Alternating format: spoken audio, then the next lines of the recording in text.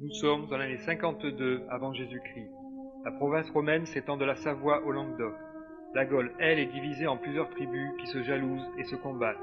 Depuis de nombreuses années, ce sont des luttes fratricides qui secouent le pays. Caius Julius César, le Sénat de Rome l'a envoyé en Gaule à la tête de plusieurs légions pour mater la révolte. Il y mettra 7 années au prix de nombreux massacres. Les tribus gauloises se sont regroupées et ont formé une armée qui fera subir à César sa première grande défaite à Gergovie. En face de lui, Vercingétorix, ce jeune chef gaulois de 25 ans, de la tribu des Arvernes, a organisé la rébellion et a lui-même formé une armée de 80 000 fantassins et 15 000 cavaliers pour chasser les légions romaines de la Gaule.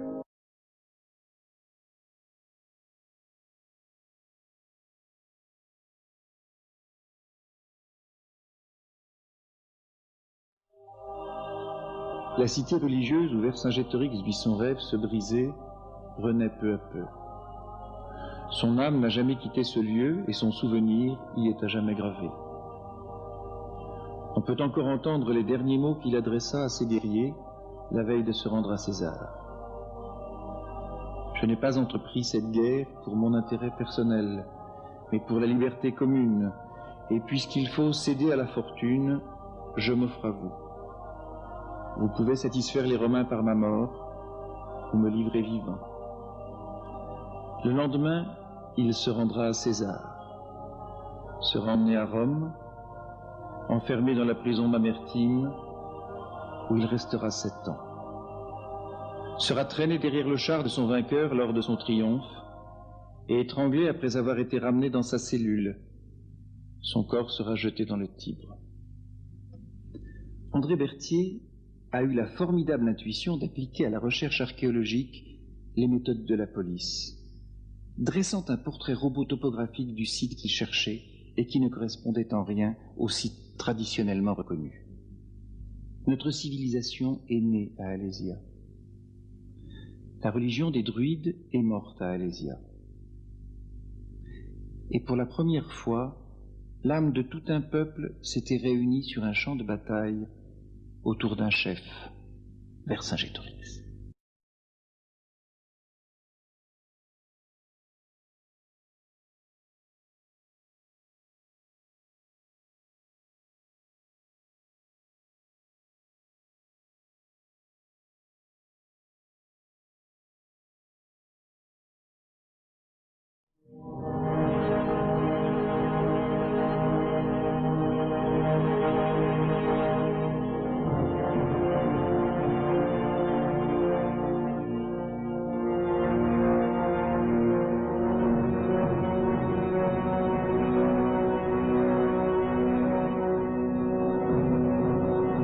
Nous sommes ici dans un secteur où on a trouvé beaucoup de choses au point de vue archéologique, mais aucun archéologue au monde n'aurait forcé ses pas si nous n'y avions pas été conduits par la question d'Alésia. Sur des kilomètres, des constructions qu'aucune mémoire n'a conservées entourent l'oppidum. Elles ont toutes les caractéristiques des murs militaires romains, avec des centaines de clous de palissades enfouis à leurs pieds.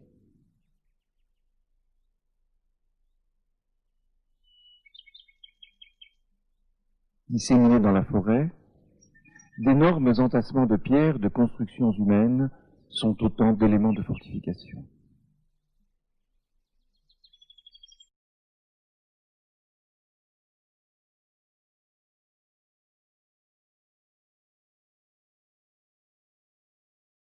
Vercingétorix a vu et dirigé les combats d'un endroit élevé que César appelle la citadelle, Arx.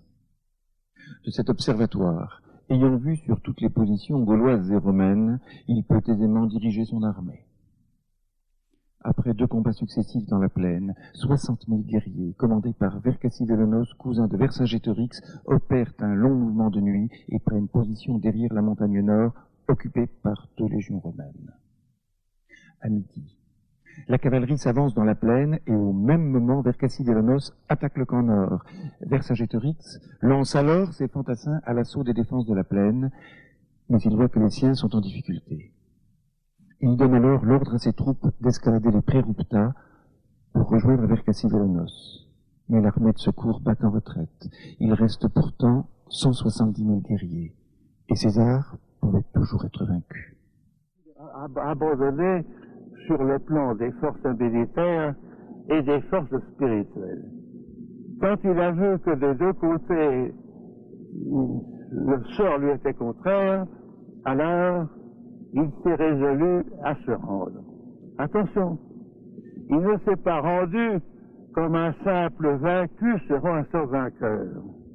Il s'est rendu suivant le rite de la dévotion, c'est-à-dire qu'il acceptait de s'œuvrer aux dieux infernaux, lui, sa personne, pour sauver la vie de ses soldats. C'est un geste grandiose. Et alors là, nous avons devant nous la noblesse d'âme de Vercingétorix. D'ailleurs, Jean Baillet, qui lui a consacré des pages émouvantes, n'a pas hésité à dire qu'il fallait voir dans son martyre un saint de la patrie.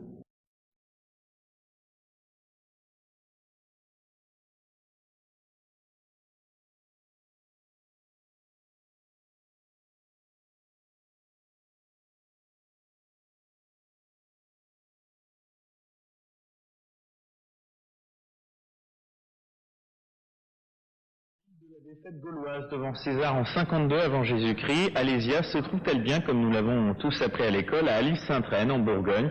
C'est un documentaire nommé Alésia le procès, récemment primé aux rencontres européennes de Narbonne, qui relance le débat. Son auteur Jean-Pierre Picot y présente la thèse de l'archéologue André Berthier, selon laquelle le siège et la bataille d'Alésia se seraient en fait déroulés dans le Jura. Une thèse à laquelle l'archéologie officielle reste sourde depuis 1962, l'enquête de Jérémy Drieux et David Brunet.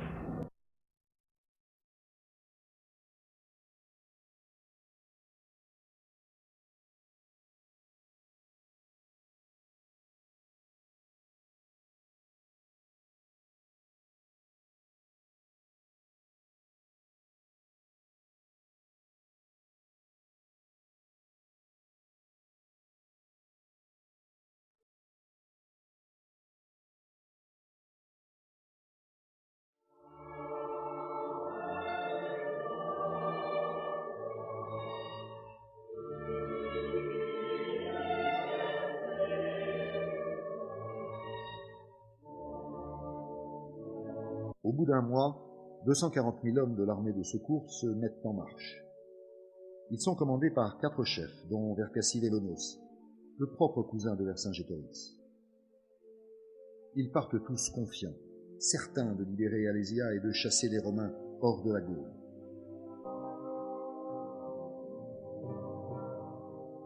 César regarde celui qui fut son égal. Il leur avait donné l'espoir de voir enfin se terminer leur séculaire querelle, et celui de réunir toutes les tribus en une seule nation. César, pour regagner l'Italie, doit passer chez les Séquanes. Il tombe dans le piège que lui a tendu Vercingétorix. Et Vercingétorix l'attendra à Alésia. Mon pauvre Vercingétorix, le lacet du sacrificateur n'aura pas suffi à ton supplice. Peut-être eût-il mieux valu pour toi l'oubli. Une autre prison t'attendait. Et j'ai vu que ce que j'avais imaginé sur le terrain se retrouvait d'une façon encore plus parlante, si j'ose dire.